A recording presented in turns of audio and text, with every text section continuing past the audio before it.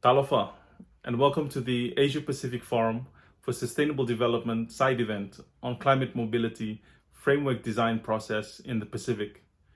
The recent IPCC 6 assessment report reiterates what we already know here in Tuvalu. Climate change and sea level rise creates deadly threats to communities across the Asia Pacific. But for our people and our islands, this risk is existential. We need immediate action to address climate change, as we will all feel these dire impacts one day. But we are not going to wait for the world to come together. We are looking to the future and preparing now for the worst case scenario, where our lands disappear and our people must leave. We will not stand idly by as the water rises around us. We're not just talking in Tuvalu, we are mobilizing collective action at home, in our region, and on the international stage to secure our future. Tuvalu has called for the integration of human mobility dimensions in climate change, including under the UNFCCC negotiations. We have chaired the Executive Committee of the Warsaw International Mechanism on Loss and Damage. We've also participated in the Pacific Regional Consultation on International Displacement, where we echoed a statement for innovative mechanisms for coordinating and articulating humanitarian response in the Pacific region.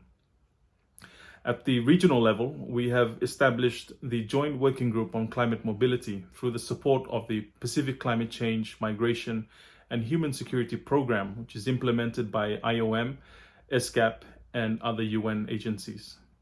Together with Fiji, we serve as co-chairs for the Joint Working Group that aims to oversee a regional framework on climate-related mobility. This is evidence of our Pacific solidarity, and in Tuvalu we see this as a way to promote kaitasi, which refers to our shared responsibility to act in the best interests of the global community. And also the principle of falepili, which represents for us our duty to act as good neighbors to all nations and peoples. As co-chairs of the Joint Working Group, we remain committed to the development of this framework that will enable the protection of our people, cultures, values, and way of life, irrespective of what the future holds. This regional framework will establish a common Pacific approach to supporting those forced to move internally or overseas, forced to leave their whenua, their homes, their land of their ancestors, and more. It will look at all forms of climate-related mobility and ensure the agency of our people to determine the best outcomes for their future. With those very brief remarks, I wish you all a productive and fruitful discussions today. Whaftailasi.